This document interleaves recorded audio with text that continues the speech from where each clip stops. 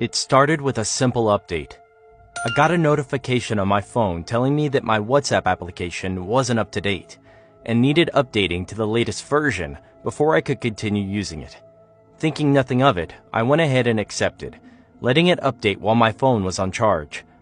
I didn't bother checking the new settings or privacy terms, assuming nothing much would have changed except for a few bug fixes or added features. A couple of days after I had updated the app, I was sitting at home, scrolling through social media when I got a new WhatsApp message. It was from an unknown number.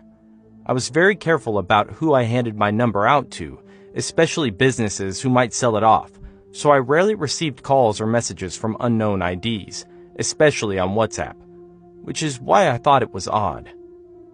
I pulled up the app on my phone and checked the message. As expected, it was just spam. Some company trying to rope me into clicking on a link I definitely shouldn't click on. I deleted the message immediately and thought nothing else of it, though I did find myself wondering where they could have gotten my number from, given the precautions I normally took. That wasn't the last message I received from an unknown source. Later that afternoon, my phone pinged with another one, this time from a different unknown number. Another spam message that went straight into the deleted folder. I tried to ignore it and assume it was just an annoying coincidence, but it bothered me that WhatsApp's privacy settings must have become more lenient as to who they let contact me against my wishes. I checked my settings but couldn't see an option to prevent unknown numbers from contacting me, so I simply hoped that that was the last of it.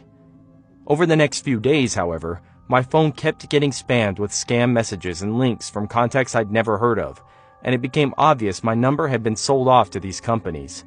The only thing that had changed recently was the WhatsApp update, something I now seriously regretted agreeing to. I was annoyed, but there wasn't a lot I could do without deleting the app altogether, which I wanted to avoid since it was the only way I could keep in contact with some people. About a week after the update, I received a message unlike any of the others that had slipped into my inbox. It was another unknown number, but the message itself wasn't a business scam like the rest. It was one of those chain messages that I remembered seeing a lot back in high school. Kids messing around and pretending to spread curses and misfortune if you didn't forward a certain message to a certain number of people. If you don't send this message to 5 people in 5 days, the Twisted Man will get you. But that wasn't all. There was a picture too. When I first read the message, it hadn't loaded properly and came up as nothing but a blurred image of nothing. Then it loaded, and I almost dropped the phone. It was an image of a man, although creature might have been a more apt description, since nothing about it was completely human.